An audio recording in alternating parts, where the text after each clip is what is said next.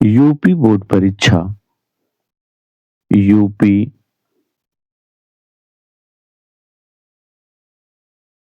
UP board परीक्षा 2026 UP board परीक्षा 2026 विषय हिंदी प्रैक्टिस सेट ये आपका दूसरा है। प्यारे बच्चों, प्रैक्टिस सेट यदि ये तो आपका प्रैक्टिस सेट 2 है। आपके पहले प्रैक्टिस सेट को हम लोग पढ़ चुके हैं और यदि आपने पहला प्रैक्टिस सेट नहीं देखा है, तो आपके लिए वह अत्यंत महत्वपूर्ण है। आप उसे ज़रूर देखें। यदि आप पहला प्रैक्टिस सेट देखते हैं, तो आपको दूसरा प्रैक्टिस सेट आसानी से समझ में आते हैं। प्यारे बच्चों, आपके लिए यह जो वीडियो है, वो अत्यंत ही लाभदायक है। यह जो वीडियो है, आपके लिए अत्यंत लाभदायक है। आइए देखा जाए, थोड़ा-सा छोटा कर लिया जाए ताकि आपको स्पष्ट दिखाई दे। यह वीडियो आपकी प्री बोर्ड परीक्षा के लिए भी अत्यंत महत्वपूर्ण है। दूसरा यदि कहा जाए, तो यह वीडियो आपकी बोर्ड परीक्षा के लिए, प्री बोर्ड के लिए आवश्यक है, बोर्ड परीक्षा के लिए भी आवश्यक है। हिंदी की अन्य परीक्षाओं के लिए भी यह अत्यंत लाभकारी सिद्ध होने वाली है। यह अत्यंत लाभकारी सिद्ध होने वाली है और सर्वाधिक अंक दिलाने वाली वीडियो होने वाली है। आइए देखा जाए, पहला प्रश्न आपके लिए है कि हिंदी हिंदी साहित्य इतिहास हिंदी साहित्य का इतिहास के लेखक कौन है?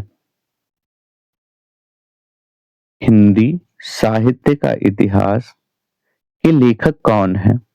यानी यह रचना है, इस रचना के लेखक कौन है?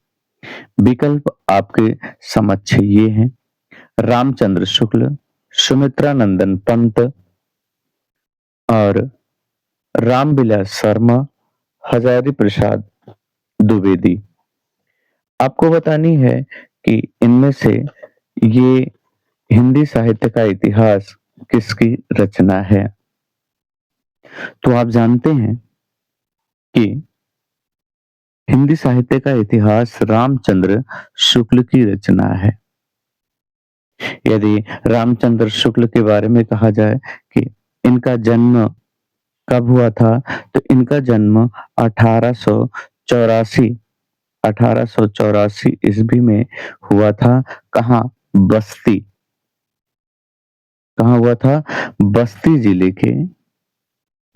जिले के अगोना अगोना ग्राम में हुआ।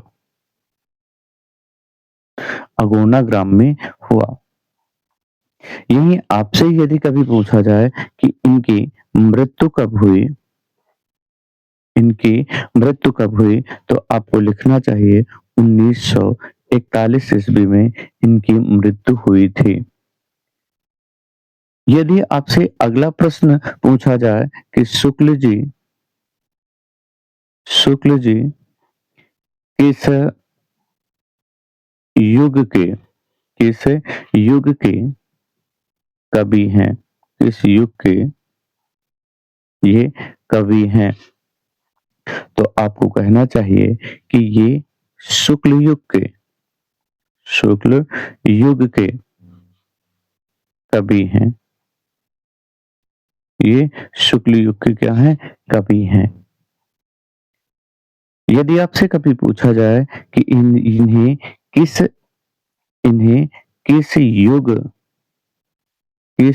का प्रवर्तक किस युग का प्रवर्तक माना जाता है, तब आपको लिखना चाहिए शुक्ल युग का। इन्हें ये किस युग के, तो ये शुक्ल युग के प्रवर्तक थे। किस युग के थे? शुक्ल युग के ये प्रवर्तक माने जाते हैं। आइए अगला प्रश्न देखा जाए कि आपके लिए अगला प्रश्न कौन सा है जो आपके लिए तैयार किया गया, आपकी परीक्षा में आने वाला है, तो वह आपके लिए यह प्रश्न आने वाला है। आइए देखा जाए। अगला प्रश्न आपका है कि भक्ति काल को और किस नाम से जाना जाता है? भक्ति काल को और किस नाम से जाना जाता है? पूर्व मध्यकाल के नाम से, भारतेंदु युग के नाम से, छायावाद के नाम से, या फिर उत्तर मध्य काल के नाम से। तो भक्ति काल को किस नाम से जाना जाता है? वैसे यदि कहा जाए तो आपकी हिंदी साहित्य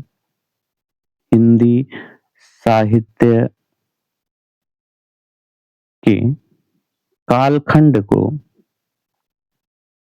कालखंड को 3 भागों में विभाजित किया गया है। कितने भागों में? 3 भागों में विभाजित किया गया था। एक को कहा गया कि आदिकाल आदिकाल, दूसरे को कहा गया मध्यकाल और तीसरे को कह दिया गया आधुनिक काल। आधुनिक काल। इन 3 नामों से हिंदी साहित्य के कालखंडों को विभाजित किया गया था। इसी मध्यकाल को 2 भागों में विभाजित किया गया। मध्यकाल को 2 भाग में विभाजित किया गया और एक को कह दिया गया पूर्व मध्यकाल पूर्व मध्यकाल और दूसरे भाग को कह दिया गया उत्तर उत्तर मध्य काल। इसी पूर्व मध्यकाल को ही कहा जाता है भक्ति काल और उत्तर मध्यकाल को कहा जाता है रीतिकाल। तो अब तो आप जान ही चुके होंगे कि आपका आंसर क्या होगा। जी हाँ, यहाँ आपका आंसर पूर्व मध्य काल सही होगा। क्या सही होगा? पूर्व पूर्व मध्यकाल आपका सही हो जाएगा। आइए अगला प्रश्न देखा जाए कि अगला प्रश्न आपके लिए क्या है। तो अगला प्रश्न आपके लिए ये है कि माखनलाल चतुर्वेदी माखनलाल चतुर्वेदी की रचना नहीं है। किसकी? माखनलाल चतुर्वेदी की रचना नहीं है। तो आप जानते हैं कि माखनलाल चतुर्वेदी की रचना नहीं है। यहाँ नहीं शब्द है और इसी नहीं शब्द को ही आपको हाईलाइट कर लेना है कि नहीं क्या है। युग चरण माखनलाल चतुर्वेदी की रचना है, या समर्पण नहीं है, या जवानी नहीं है, या फिर चींटी नहीं है। तो आप जानते हैं कि युग चरण, समर्पण और जवानी ये किसकी रचनाएं हैं?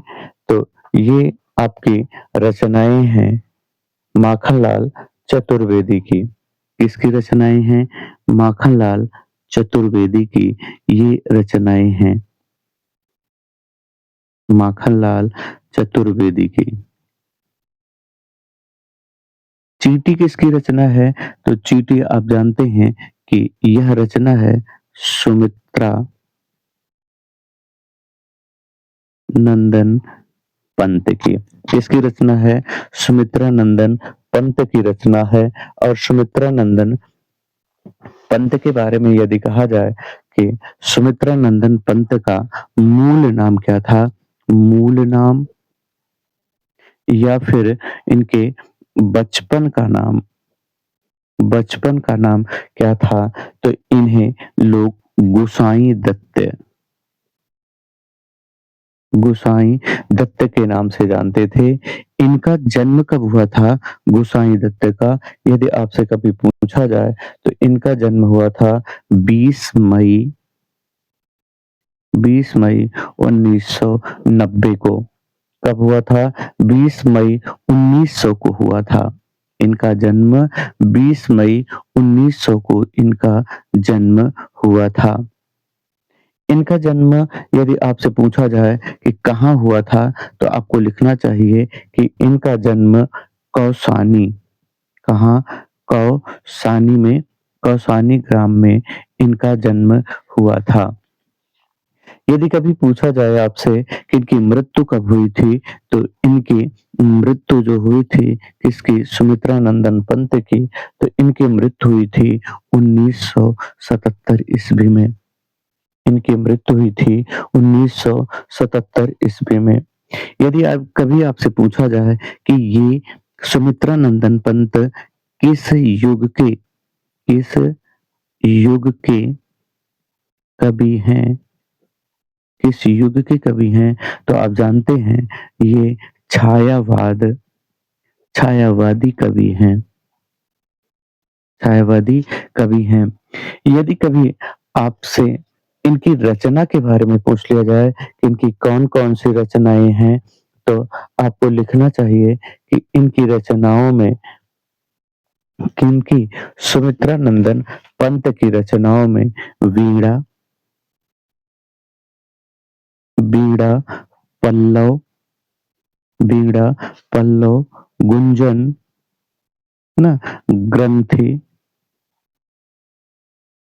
ग्रंथि ना और यदि आप और भी लिखना चाहें तो युगपथ, युगांत कौन-सी?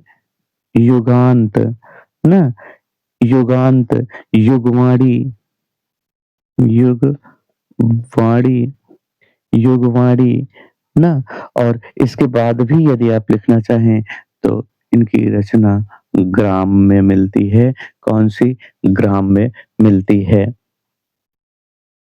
आइए अगला प्रश्न देखा जाए कि आपके लिए अगला प्रश्न कौन-सा है? तो आपके लिए अगला प्रश्न है कि आदिकाल किसने कहा? आदिकाल को आदिकाल नाम से किसने पुकारा है?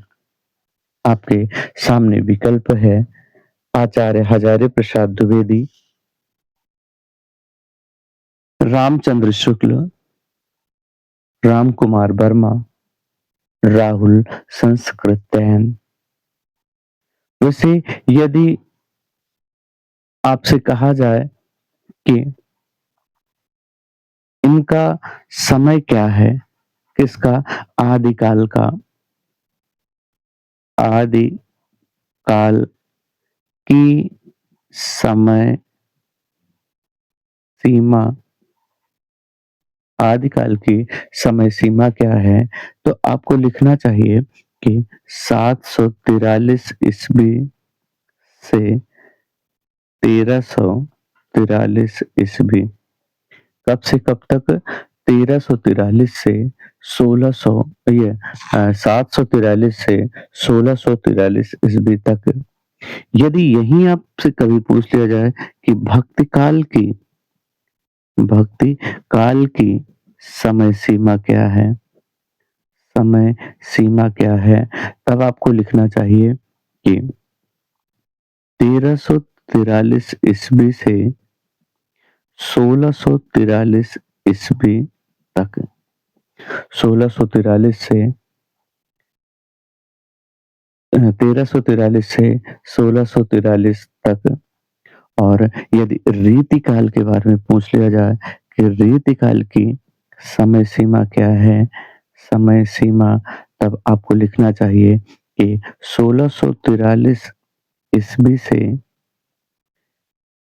1843 से 1843 ईस्वी। यदि आधुनिक काल के बारे में पूछ लिया जाए कि आधुनिक काल की समय सीमा आधुनिक काल की समय सीमा क्या है? तब आपको लिखना चाहिए कि 1843 से अब तक। कब तक? 1843 से अब तक ये इसकी समय सीमा निर्धारित की गई है। इसकी समय सीमा 18 आधुनिक काल की समय सीमा जो है वो निर्धारित की गई है। अब यहाँ का प्रश्न था कि आदिकाल किसने कहा? आदिकाल को आदिकाल किसने कहा? तो आदिकाल आदिकाल को आदिकाल आचार्य हजारी प्रसाद द्विवेदी जी ने कहा था। आदिकाल को आदिकाल आचार्य हजारी प्रसाद द्विवेदी ने कहा था। तो रामचंद्र शुक्ल ने, यदि आपसे कभी पूछा जाए कि रामचंद्र शुक्ल ने क्या कहा था, तो रामचंद्र शुक्ल ने इसे कहा था वीर वीर गाथा। इस नाम से कहा वीर गाथा काल। वहीं यदि रामकुमार वर्मा की कहा जाए तो इन्होंने इसे चारण काल के नाम से अभिहित किया। वहीं राहुल संस्कृतायन के बारे में कहा जाए तो इन्होंने इसे लिखा सिद्ध सिद्ध सामंत सिद्ध सामंत काल। इसे इन्होंने सिद्ध सामंत काल के नाम से पुकारा है।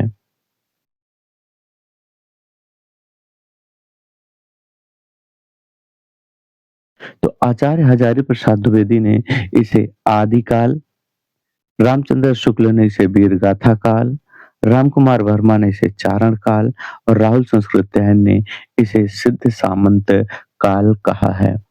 वैसे मिस्र बंधुओं की यदि बात कही जाए, मिस्र बंधुओं की यदि बात कही जाए तो इन्होंने इसे आरंभिक आरंभिक काल की संज्ञा प्रदान की है।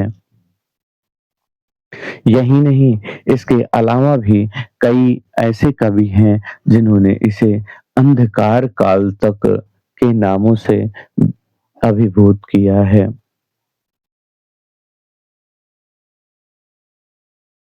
आइए अगला देखा जाए। आपका दूसरा प्रश्न है कि अपव्यय इसमें अप अपव्यय अपव्यय में समास है, अपव्यय में उपसर्ग है। यानी अपव्यय में कौन सा उपसर्ग है? आ है, अप है, अन है या व्यय है। चार विकल्प आपके समक्ष हैं, आपकी स्क्रीन पर हैं। बताइए कि इनमें से क्या सही होगा? आ उपसर्ग होगा, अप होगा, अन होगा या व्यय होगा। वैसे यहाँ कहा जाए तो आपका व्यय जो है ये मूल शब्द है। व्यय मूल शब्द है। यहाँ आपका हो जाएगा अप धन व्यय। तो व्यय तो आपका मूल शब्द है। अब क्या हो जाएगा आपका उपसर्ग। यहाँ विकल्प तो आप जान ही गए होंगे कि आपका विकल्प 2 सही है। वैसे आ से कहा जाए, आ से क्या बनेगा? आ उपसर्ग से क्या बनता है? तो आपका हो जाएगा अधर्म। क्या हो जाएगा? अधर्म। और क्या होगा? अचेतन। अचेतन और विश्वास। हाँ, विश्वास। अप से आपका हो जाएगा, क्या हो जाएगा? आपका अप से जैसे अपमान,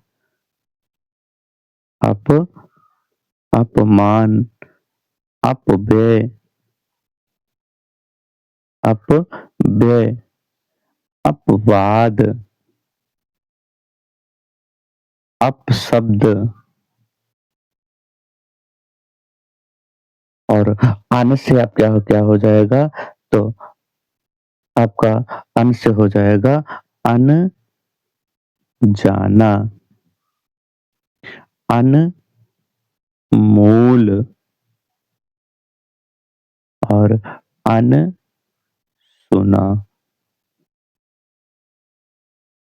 इस प्रकार आपके किसी भी शब्द से आपसे पूछा जा सकता है कि इसमें कौन-सा उपसर्ग होगा और यहाँ व्यय क्या है?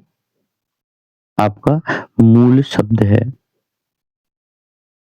वैसे यदि कभी आपसे पूछा जाए कि उपसर्ग उपसर्ग कहाँ लगता है? तो उपसर्ग आपका शब्द के शब्द के आगे शब्द के आगे लगता है। कहाँ लगता है? शब्द के आगे लगता है। यह शब्द के आगे लग कर के शब्द का अर्थ शब्द का अर्थ परिवर्तित कर देता है। क्या कर देता है? परिवर्तित कर देता है। आपका अगला प्रश्न है कि पन से बनने वाला प्रत्यय है। पन से बनने वाला प्रत्यय शब्द है। अपमान, बचपन, बलवान या सजावट। तो आप जानते हैं कि यहाँ सजावट में वट प्रत्यय है। क्या है? वट प्रत्यय है। बलवान में वान प्रत्यय है और बचपन में पन प्रत्यय है और अपमान में मान प्रत्यय है। अपमान में मान, बचपन में पन, बलवान में वान और सजावट में वट प्रत्यय है। वट प्रत्यय है। तो यहाँ आप जान ही गए होंगे कि आपका कौन-सा विकल्प सही है। तो यहाँ आपका दूसरा विकल्प सही हो जाएगा। वैसे अन्य शब्दों में यदि कहा जाए कि अन्य शब्द आपके कैसे होंगे, तो जैसे जैसे मान से कहा जाए तो आपका हो जाएगा सम्मान। क्या हो जाएगा? सम्मान, ना? गति गतिमान और पन यदि पन से कहा जाए तो बचपन आप लिख ही चुके हैं। पागलपन, पागलपन के बाद आपका हो जाएगा भोलापन, भोलापन। वान से आपका हो जाएगा बलवान आप लिखे ही हैं, आपका हो जाएगा पहलवान, गाड़ीवान और वट से आपका हो जाएगा, आप यहाँ सजावट लिखे ही हैं, यहाँ हो जाएगा लिखावट, बनावट, लिखावट, बनावट आपका हो जाएगा। आइए अगला प्रश्न देखा जाए। अगला प्रश्न आपके लिए है कि महावीर में समास है।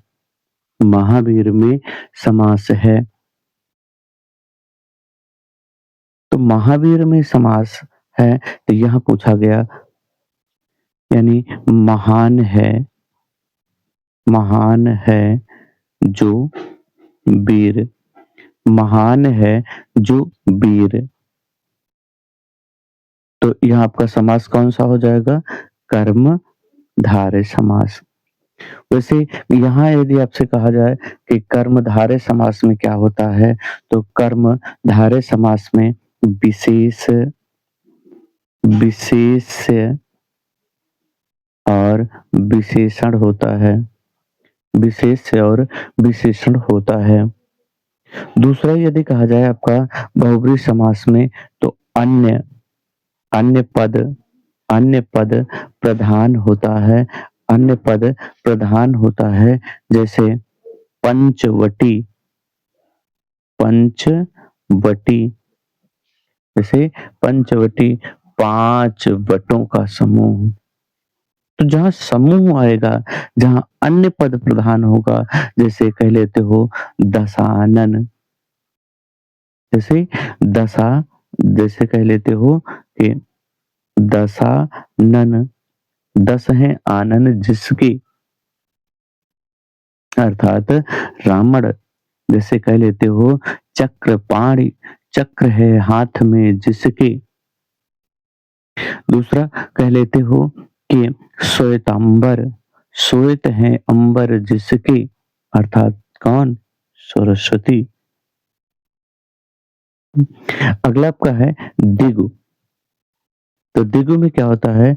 दिगु समास में प्रथम पद संख्यावाची होता है, संख्यावाची होगा, लेकिन वह किसी अन्य के लिए प्रयुक्त नहीं होगा, अन्य के लिए प्रयुक्त नहीं होगा। जैसे, जैसे कौन? तिरंगा, जैसे तिरंगा, जैसे नवरत्न, जैसे नवरत्न। और तत्पुरुष समास में क्या होगा? तत्पुरुष समास में विभक्त चिन्ह होगा।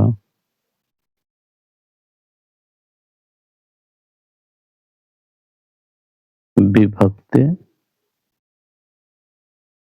चिन्हों का लोप, लोप होता है, विभक्त चिन्हों का लोप होता है।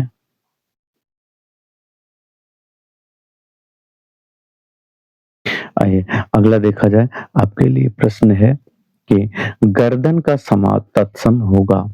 किसका? गर्दन का तत्सम होगा। ग्रीवा होगी, ग्राहक होगा, कर्ण होगा या नयन होगा। किसका?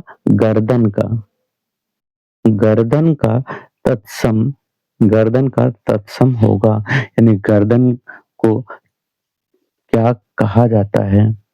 ग्रीवा कहा जाता है, ग्राहक कहा जाता है, कर्ण कहा जाता है या फिर नयन कहा जाता है। वैसे नयन को कहा जाए तो तत्भव में, अब गर्दन यहाँ क्या है? यहाँ तत्सम पूछा जा रहा है, तो गर्दन क्या हुई आपकी? क्या हुआ आपका? तद्भव, तद्भव का तत्सम पूछा जा रहा है। तो यहाँ नयन, नयन का तद्भव क्या होता है? नयन। कर्ण का क्या होगा? कान। ग्राहक का क्या होगा? ग्राहक, ग्राहक को गाहक। और ग्रीवा का क्या होगा? गर्दन। तो यहाँ आप जान ही चुके होंगे कि आपका विकल्प क्या सही होगा।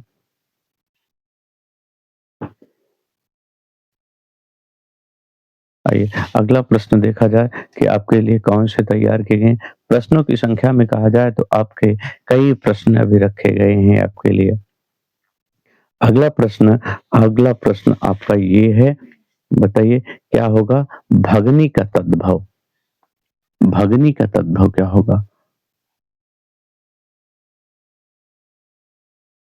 यानी, यानी यहाँ आपका तत्सम शब्द, तत्सम शब्द दिया गया है।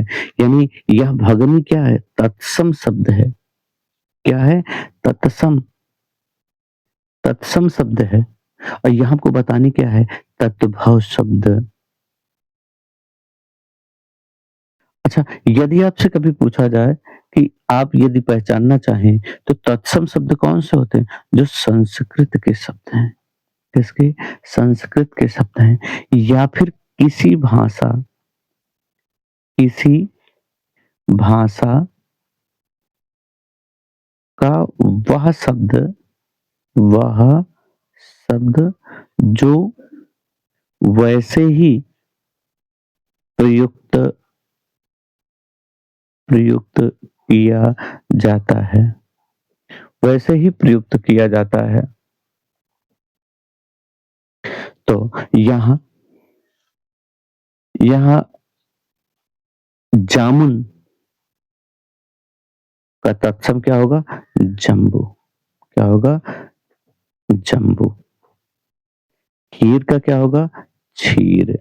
खीर का क्या होगा? क्षीर। बहन का क्या होगा? बहन का क्या होगा? तो यहाँ हो जाएगा भगनी। भाई का क्या होता है? भ्रात। जामुन का क्या होगा? जम्बू। खीर का क्या होगा? क्षीर। बहन का क्या होगा? भगनी। और भाई का क्या होगा? भ्रात। तो यहाँ आपका विकल्प सही हो जाएगा बी, यानी दूसरा।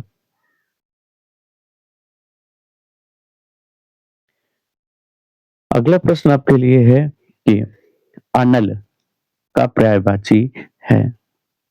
अनल का पर्यायवाची क्या है? 4 विकल्प आपके समक्ष दिए गए हैं। आग, अनंग, समीर और मोर। चारों में आपको बतानी है कि क्या होगा।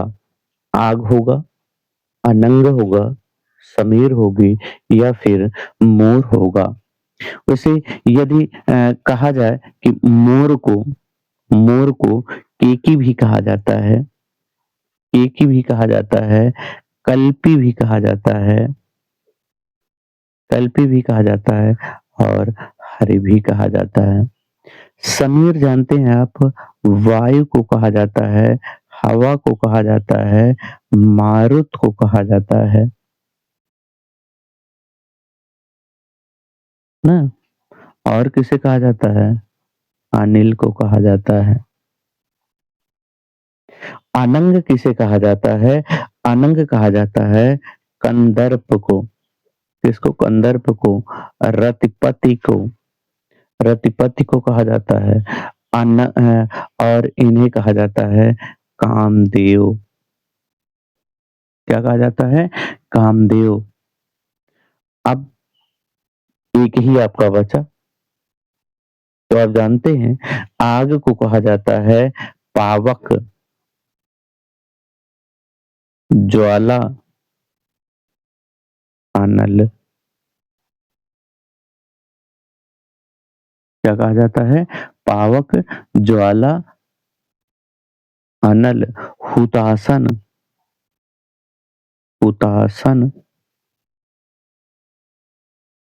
ना।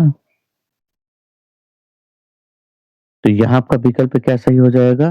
आग। क्या सही हो जाएगा? आग। अगला प्रश्न आपका है कि निर्वेद, निर्वेद का अस्थाई भाव है। निर्वेद का अस्थाई भाव क्या है? निर्वेद का अस्थाई भाव, वैसे अस्थाई भावों की संख्या यदि कहा जाए तो अस्थाई भावों की अस्थाई भावों की संख्या जो अस्थाई भावों की संख्या जो भारत मुनि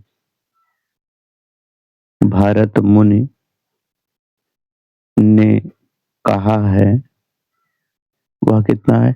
8। भारत मुनि ने 8 ही माना है, लेकिन बाद के आचार्यों ने बाद के बाद के आचार्य बाद के आचार्यों ने 9 रसों की परिकल्पना की। 9 रसों की 9 रसों की परिकल्पना की, लेकिन वर्तमान समय में कहा जाए, वर्तमान समय में 11 रस की परिकल्पना की गई है। 11 रसों की परिकल्पना की गई है कि रसों की संख्या कितनी है, तो रसों की संख्या यहाँ 11 आपको बताई गई है। यहाँ आपसे यदि कहा जाए कि ये किसका है, किस रस का अस्थाई भाव है, तो आपको यह कमेंट में बतानी है कि निर्वेद किसका अस्थाई भाव है। वैसे यदि रस रस और रस की और अस्थाई भाव, रस और अस्थाई भाव की शानदार ट्रिक की शानदार ट्रिक आपके इस यूट्यूब चैनल पर बताई गई है। आप वहाँ विस्तार से देख सकते हैं। यहाँ आप देख लीजिए जो रस की ट्रिक बताई गई है कि सर्कस रोको, सर्कस रोको शनि, सर्कस रोको शनि, बिज है है उवीर भय भयानक, भय भयानक। आपको कमेंट में बतानी है कि निर्वेद किस रस का स्थाई भाव है, इस रस का अस्थाई भाव निर्वेद है। आइए अगला प्रश्न देखा जाए जो आपकी स्क्रीन पर है। सूरदास की रचना नहीं है। आपको बतानी है कि सूरदास की रचना नहीं है, यानी सूरदास की कौन सी रचना नहीं है। सूरसागर नहीं है, सूरदास नहीं है, सुरसारावली नहीं है, या फिर साहित्य लहरी नहीं है। स्वाभाविक है, नहीं पूछा जा रहा है तो इनमें से कोई एक विकल्प ऐसा होगा जो सही नहीं होगा। अब वह सही विकल्प कौन-सा है जो नहीं है? वैसे कहा जाए तो यह सूरसागर, सुरसारावली और साहित्य लहरी किसकी हैं? सूरदास की रचना है, सूरदास की रचनाएँ हैं। तो सूरदास किसकी है? यह रचना किसकी है? यह भी तो आपके मन में होगा। तो यह सूरदास रामचंद्र शुक्ल की रामचंद्र शुक्ल की रचना है। रामचंद्र शुक्ल की रचना है। सूरदास की सूरदास की 3 ही रचनाएँ हैं, 3 ही रचना है, लेकिन शोध लेकिन शोधकर्ताओं ने अन्य रचना भी मानी है, अन्य रचना भी इनकी मानी है। वैसे सूरदास का जन्म यदि आपसे पूछा जाए कि सूरदास का जन्म कब हुआ था, तो आपको लिखना चाहिए कि इनका जन्म 1478 ईस्वी में रोनुकता कहाँ हुआ? रोन रुनकता में हुआ था, में हुआ। और इनकी यदि मृत्यु पूछी जाए कि इनकी मृत्यु कब हुई, ये इनका जन्म था, इनकी मृत्यु कब हुई, तब आपको लिखना चाहिए 1500 1583 ईस्वी में 1583 ईस्वी में इनकी मृत्यु हुई। वैसे यदि इनके बारे में कहा जाए, इनकी भाषा क्या थी?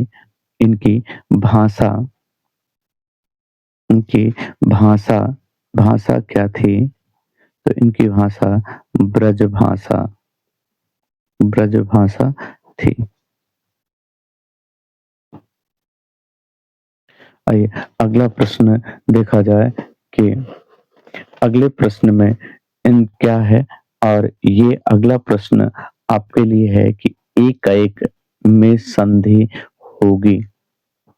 एकाएक में संधि होगी। कौन सी संधि होगी आपकी? एक धन एक होगी, या एके धन एके होगी, या एके एकाएक धन आ होगी, या एक धन एक होगी ऐक होगी। एक धन ऐक होगी। इनमें से कौन सा विकल्प सही है, यह आपको बतानी है। और किस संधि का ये उदाहरण है? तो यहाँ आपका हो जाएगा, विकल्प आपका सही हो जाएगा एक धन एक। और यह एक धन एक किससे होगा? तो यह होगी वृद्ध वृद्ध संधि। वृद्ध संधि में किसमें होगी? क्या होगी? तो यहाँ आपकी वृद्ध संधि होगी। आपकी प्रैक्टिस सेट एक में संधि की विस्तृत संधि की विस्तृत चर्चा की गई है। चर्चा की गई है। तो आप इस प्रथम प्रैक्टिस सेट को आपको जरूर देखना चाहिए। प्रथम प्रैक्टिस सेट में किसकी चर्चा की गई है? संधि की विषाद चर्चा की गई है। वैसे यदि कहा जाए तो संधि कितनी है, तो संधि 3 है। कितनी संधि है? 3 संधि है। कौन कौन सी? स्वर संधि, स्वर संधि, व्यंजन संधि और विसर्ग संधि। यही 3 संधियां आपकी हैं। फिर स्वर संधि के कई भेद हैं। स्वर संधि के कई भेद हैं, और इन भेदों में यदि कहा जाए तो 5 भेद बताए गए हैं। कितने भेद? 5 भेद आपके बताए गए हैं। इन्हीं में आपका है पहला दीर्घ दीर्घ स्वर संधि, दूसरा गुण स्वर संधि, तीसरा वृद्ध स्वर संधि, यही तीसरा स्वर संधि यही तीसरा वृद्ध स्वर संधि ही आपका यहाँ सही हो जाएगा। आइए अगला प्रश्न देखा जाए जो आपके लिए है। तो अगला प्रश्न आपके लिए है, स्वागतम में संधि होगी। स्वागतम में संधि कौन सी होगी? गुण संधि होगी। गुण संधि में एक मात्रा के शब्द होते हैं। वृद्ध संधि में 2 मात्रा वाले शब्द होते हैं। और दीर्घ में क्या होता है? दीर्घ में दीर्घ मात्रा होती है। दीर्घ मात्रा यानी आ, ई और ऊ होता है। हाँ, कौन होते हैं? ऊ होते हैं। तो यण संधि में क्या होता है? यण संधि में क्या होता है?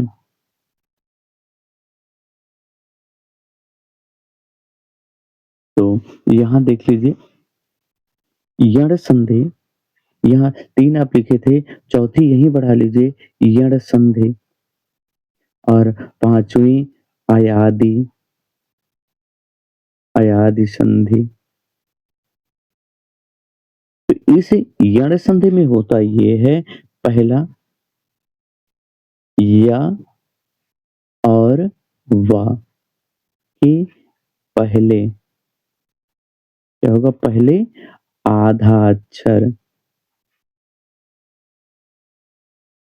आधा अक्षर होता है। क्या होता है, या और वा के पहले आधा अक्षर होता है, या और वा के पहले। तो यहाँ आप यदि देखें, यहाँ है आपका स्वागतम, स्वा, वा के पहले आपका आधा अक्षर है, और वा के पहले आधा अक्षर होने के कारण यहाँ हो जाएगा आपका यण संधि। क्या हो जाएगी, यण संधि। आइए अगले प्रश्न भी यदि देखा जाए, तो अगला प्रश्न आपका है कि नदी, नदी, नदी शब्द का सप्तमी बहुवचन रूप होगा। नदी का सप्तमी बहुवचन रूप क्या होगा? आपकी स्क्रीन पे ये है, आपको बतानी है कि नदी का सप्तमी बहुवचन क्या होगा।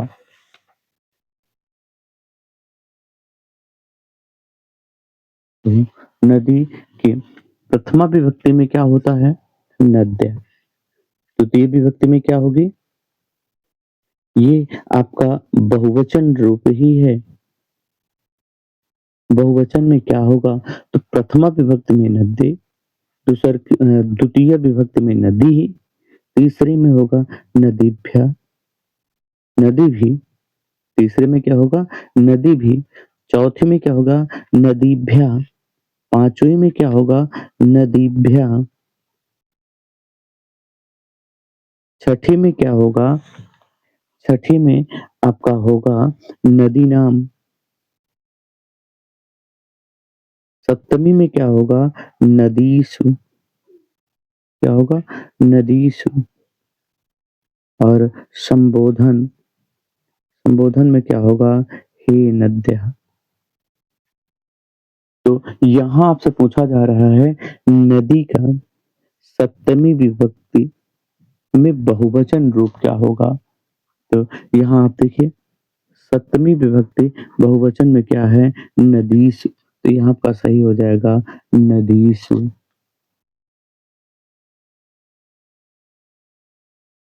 अगला प्रश्न आपके लिए है कि दृश्य धातु, दृश्य धातु की लंग लकार एक वचन में, लंग लकार एक वचन में क्या होगा?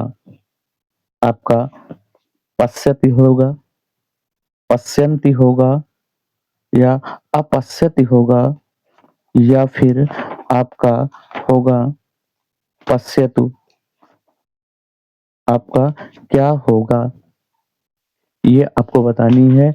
आपके स्क्रीन पर ये है, दृश्य धातु लट लकार लंग पुरुष में क्या होगा, वो एक वचन में आपको बतानी है, प्रथम पुरुष में क्या होगा। तो यहाँ आपका विकल्प सही हो जाएगा यदि कहा जाए तो। यहाँ आपका दृश्य धातु लट लकार में क्या होगा, एक वचन में, एक वचन में प्रथम पुरुष आपसे पूछ रहा है, तो आपका यहाँ सही होगा पश्यति।